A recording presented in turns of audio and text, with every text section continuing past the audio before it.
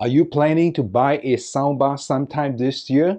Or maybe you're looking at the Sonos Arc Gen 1, which is arguably one of the best-selling soundbars of all time for the at least last 4 years. Or maybe you are already holding on to the Sonos Arc Gen 1 and you're thinking, should you upgrade, should you change out to another brand, or maybe add a subwoofer? So if you're in this situation, check out the rest of the video. I promise you this is going to be revolutionary. Now before you buy anything, stop. Let me explain to you why the soundbar revolution is about to happen. Yes, I said revolution, not evolution. Evolution is the small, steady, progressive moves that we make over a period of time. A revolution is a leapfrog in terms of technology that may happen overnight, and it will reset the set point for anything that happens from then on.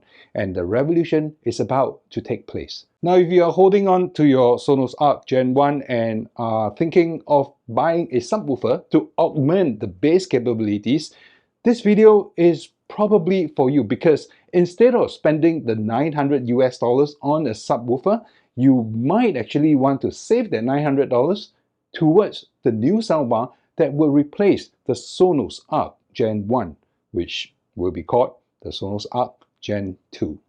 And if you were an early adopter like me for the Sonos Arc Gen 1, you will notice that there is actually a slight problem. There was a slight problem at the beginning, at the launch, June of 2020, when the Sonos Arc Gen 1 came out, and that was the problem with the bass reproduction. So the Sonos Arc Gen 1 had some hardware issue which prevented it from producing bass at about the 40 odd hertz perfectly.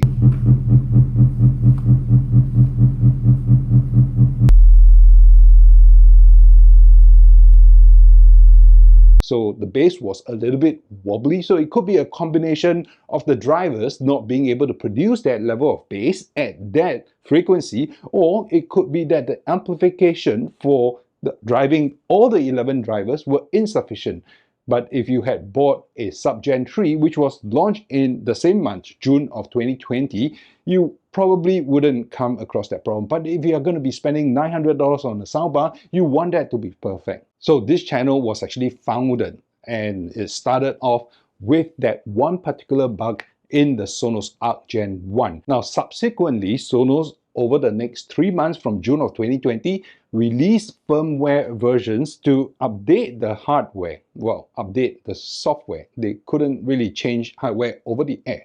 So what they did was to tune the DSP, and instead of solving the hardware problem, they kind of like side-skirted it, avoided the problem. So the DSP was reducing bass frequency outputs to that particular frequency that was wobbly, right about 40 hertz or so, and so the problem seemed to have gone away. So in the following 4 years from then, the Sonos Arc Gen 1 was probably one of the best-selling speakers in terms of volume for any soundbar. Not to mention that it was probably one of the first Atmos-capable soundbars, and they have 2 upward-firing drivers. But at that point in time, people were already complaining that the Sonos Arc Gen 1 wasn't performing as well as the older playbar. The playbar at that point in time was 7 years old, and the bass from the playbar seemed to be actually better than the Arc Gen 1. So did the firmware update solve the problem for the Arc Gen 1? Yes, in a way it did, but more like side-skirted the problem. So even today, the Sonos Arc still remains one of the best-selling speakers, and in terms of soundbar, a lot of the competition has already caught up. Some of them have already surpassed the Sonos Arc Gen 1, right? Competitors and manufacturers, they were seeing that, hey, if Sonos is able to charge almost $1,000 for a soundbar, maybe that's what the consumers are willing to pay. So people were jumping on the bandwagon to come up with $1,000 soundbars. So on the heels of Sonos, you have Sony coming in, you have Samsung coming in, you have Bose coming in, and even in the form of the Nakamichi Dragon, which boasted a 11.4 system. It came with a subwoofer, it came with a surround, and it came with very, very big sound. Not to mention that it was actually kind of big. So to expect superb bass performance from a Sonos Arc, a profile this thin, 3.5 inches in terms of height, probably might be a tall order, right until about April of 2022. Now, Sonos acquired a company called Mayeth. I think I pronounced that properly. It's called Mayeth. And Mayeth had a patent that allowed them to manufacture drivers that could sound a lot bigger than they really are. So what is the promise behind Mayeth technology? Mayeth says that they can produce sound from a 3.5-inch drivers that will rival the output from an 8-inch drivers. And just for information, these drivers are a little bit elliptical in shape, so they're a little bit longer than 3.5 inches wide, I think, and shorter. So you do get the surface area, but it's not a perfectly round shape, and it is still small because after all, you're supposed to fit everything into a profile that is, to be precise, 3.4 inches. So Sonos knew that they had a problem trying to deliver the bass that they wanted in a profile this thin, and in April of 2022, they acquired Mayeth for $100 million cash in hand. And that was supposed to bring the technology to revolutionize the speaker industry. Has the revolution come? Well, no. So do you buy a speaker at this point in time in 2024? My advice to you is, if you don't need the soundbar today, don't buy it today. The industry is on the cusp of something revolutionary, something that's going to change the playing field, something that is going to reset the entire level. And that is what we're going to be expecting, possibly from the Sonos Arc Gen 2. So 2022 and April, that is more than 2 years ago. So what has Sonos done with Mayeth technology in the meantime? Well, they had the ERA 100 and the ERA 300 launch, and people were thinking that maybe they would incorporate the Mayeth technology into those speakers, but they didn't. So what were they holding out for? Well, maybe, prototyping and design, it takes time. Research and development takes time. So 2 years later, more than 2 years later, is it time for the Mayeth technology to be incorporated into the Sonos Arc Gen 2? I think so. Just how amazing is this Mayeth hard motion technology that Sonos acquired? Why did they acquire it? This is the promise, right? Mayeth says that it produces the same amount of sound from a 3.5-inch speaker cone as much as an 8-inch speaker cone. Now, most bookshelf speakers will top out at about a 6-inch cone size because bookshelf, right? You've got to fit within a bookshelf. And tower or floor standers, those speakers, they have the benefit of more space and more room in the speaker cabinet. They will do 8 inches or sometimes even 10 inches. Right, now, how about soundbars? Well, the Sonos Arc is right about 3.5 inches. Is that a coincidence? Now, if all that is known about the hard motion technology is true, we're going to be able to get floor standing speaker performance from a soundbar with the Sonos Arc thin profile. Now, before you diss this idea, think about a time when we never thought that a 5mm thick mobile device can perform the same workload as a full-fledged computer or laptop. Now, that is disruptive technology. That is revolutionary. So let's take a look at this speaker that I have in my hands here. This is the Devile Phantom 2, right? It was called the Reactor when it was first launched. This is an amazing speaker, and I'm not saying that it's amazing due to its feature set or connectivity or software or inputs. I'm saying it's actually a groundbreaking speaker in terms of the actual cone designs. Now, what you see here, these are actually the speaker cones. It uses a very powerful amplifier, 350 watts RMS, to drive these 4-inch drivers. It easily sounds as big as any bookshelf speakers, and holding it in my hands now, it is actually tiring because this weighs 4.3 kilograms. The Sonos Arc was 6 point something kilograms. So if you can think about it, I have a pair of these. These will easily outweigh the Sonos Arc, and just a stereo pair of speakers. So what is the tag in the Devile Phantom that makes it sound great? Now, they registered the trademark. It's called hard bass implosion. Hard bass implosion, hard motion technology. High bass implosion is a one-of-a-kind system developed exclusively for the AA Phantom. It takes you to frequencies lower than ever emitted in a speaker of this size. And that's 18 Hz. That's lower than what a lot of big floor standard are capable of.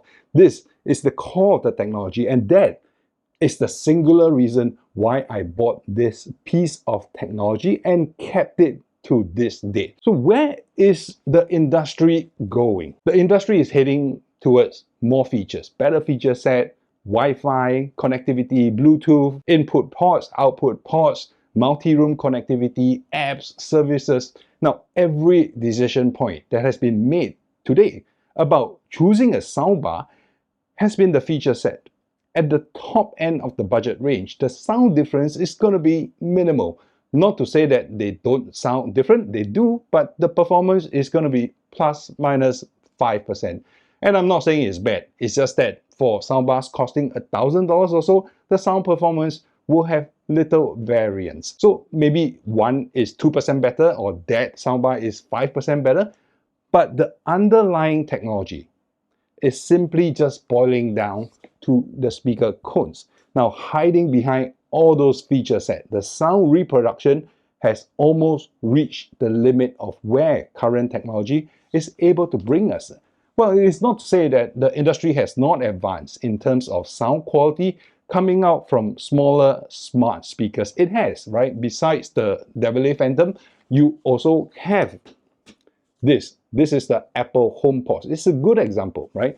It's a speaker that truly astonishes with deep bass coming out from a unit this size. It fits literally in my palm. I've got big hands, but never mind that. This is a speaker that uses old driver design still, but it overcomes that with smart digital signal processing, DSP for short. So it makes it sound like there's a lot of bass, but you're still working within the constraint of the driver design. So Sonos, they have this opportunity to bring this competitive space forward in a huge way. Soundbar with great sound without needing a subwoofer. So if you have the Sonos Arc right now, don't buy another soundbar. Don't even buy the subwoofer that Sonos has to offer, which is currently at the Sub Gen 3. Put the $900 that you're otherwise spending on the Sub towards the upgrade to the Arc Gen 2. So Sonos can radically rethink the fundamentals of speaker designs in a soundbar and bring the whole industry forward. So if Sonos is going to launch the Arc Gen 2, it has to carry the hard motion technology from Mayer.